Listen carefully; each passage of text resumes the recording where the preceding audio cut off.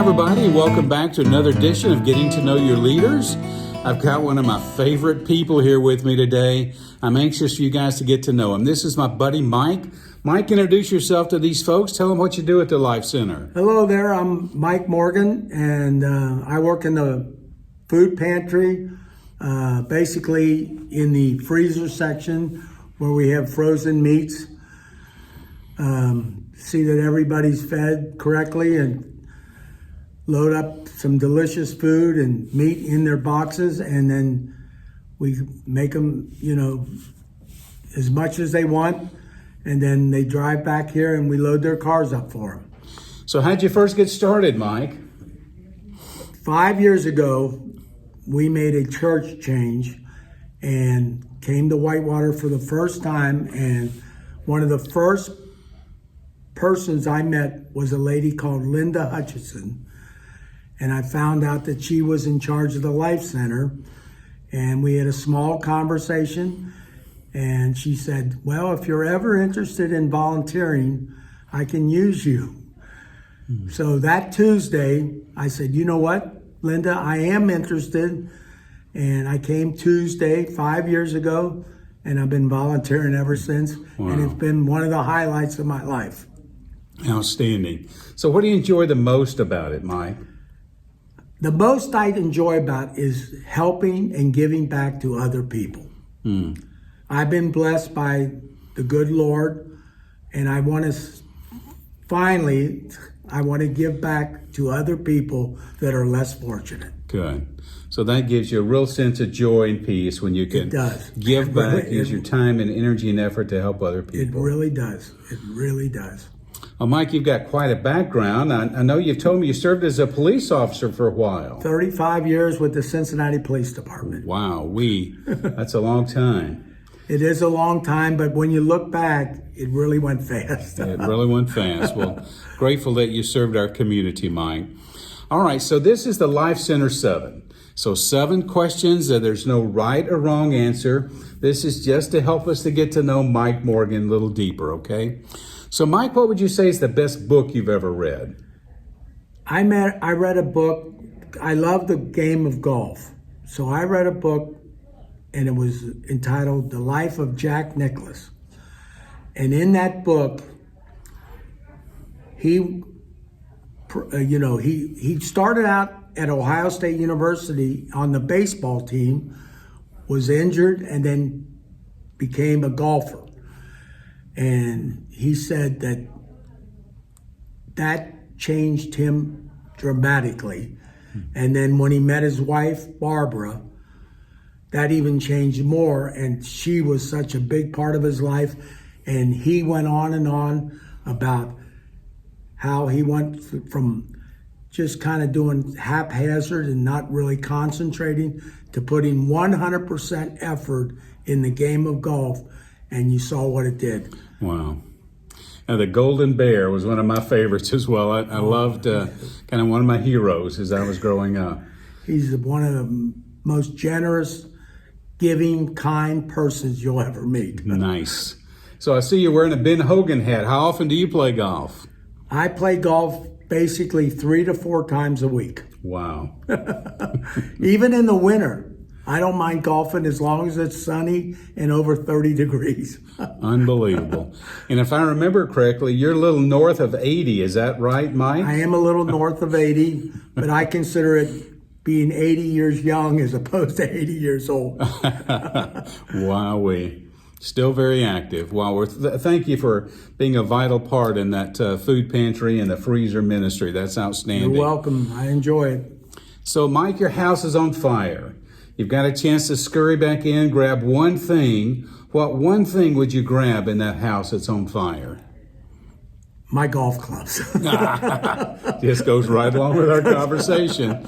When you've got a set that feels just right, you can't let them go that easily. Can't let them go. Nope. So, Mike, you've got a wealthy uncle, and he's passed away, and he's left you with millions of dollars. So, Mike, what would you do with that unexpected windfall of millions of dollars? I would make sure that my family was completely taken care of financially. And whatever was left over, I would give back to charity. Yeah. So take care of your family, find a charity that you and Carol believe in, Right. and then give generously to them. That sounds like a good, wise use of those resources, Mike. So let's create a scenario here. I want to ask you a question.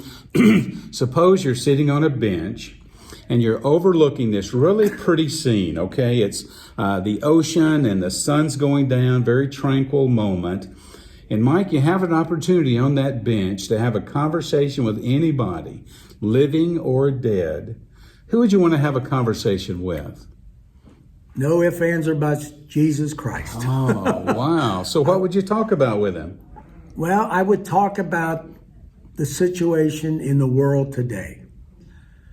And I would get down on my knees and beg him to fix it. Oh, boy. Because I really believe without him, Yeah. we're not going to figure this out. Yeah. That's good. So you'd interact with him just about all the current affairs and ask him how he would intercede and help us. Because he's done wonders for me in the last 5 years. Yeah. I'm a changed person from what I was ever since I've become, like I say, part of my life. I talk to him every day. Sounds like he's made a big impact and Tremendous. changed your life Yes, he's drastically. changed my Mike. life, I'll tell you. So what's the best advice you've ever received, Mike? When I look back at my life, like I say, I look back my senior year in high school, and I was, I had no idea what I wanted to do as soon as I graduate.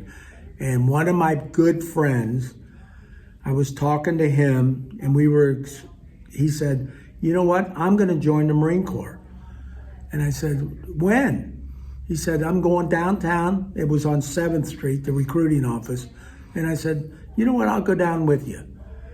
And on the way down, he told me, we were talking. I said, why are you going to do this? And he said, you know what, I need a change.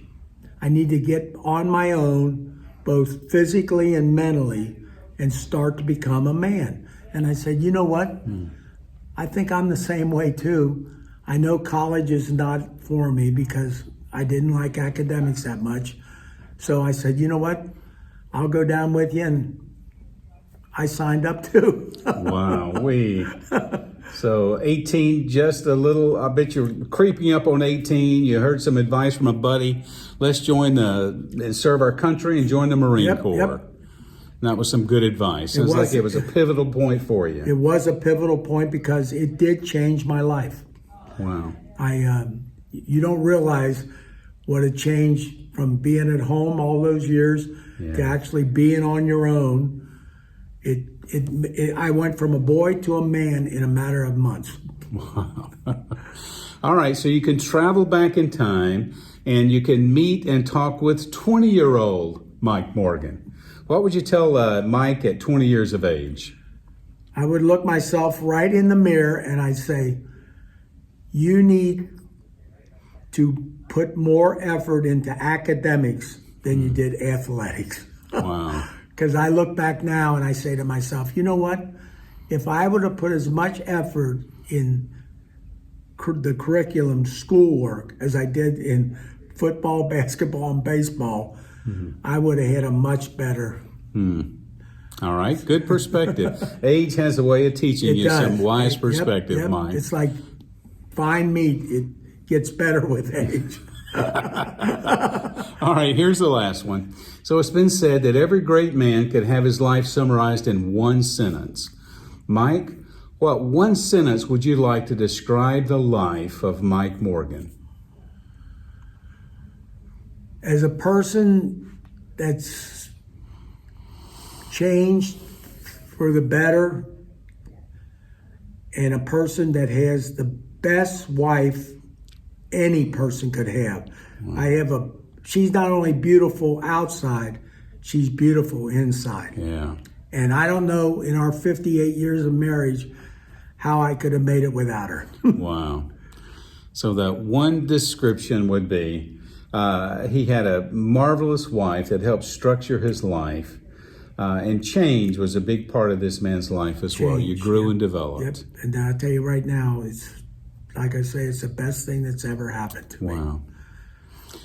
Well, guys, you can see I'm amazed time after time when we have these dialogues. It's no surprise to me why the Life Center is making such a big impact in our community with great people like Mike that are a part of it. Each of their roles is so significant to help us accomplish what we're trying to do. Hey, thanks for joining us today. We'll look forward to seeing you next time on Getting to Know Your Leaders. Bye now. Bye.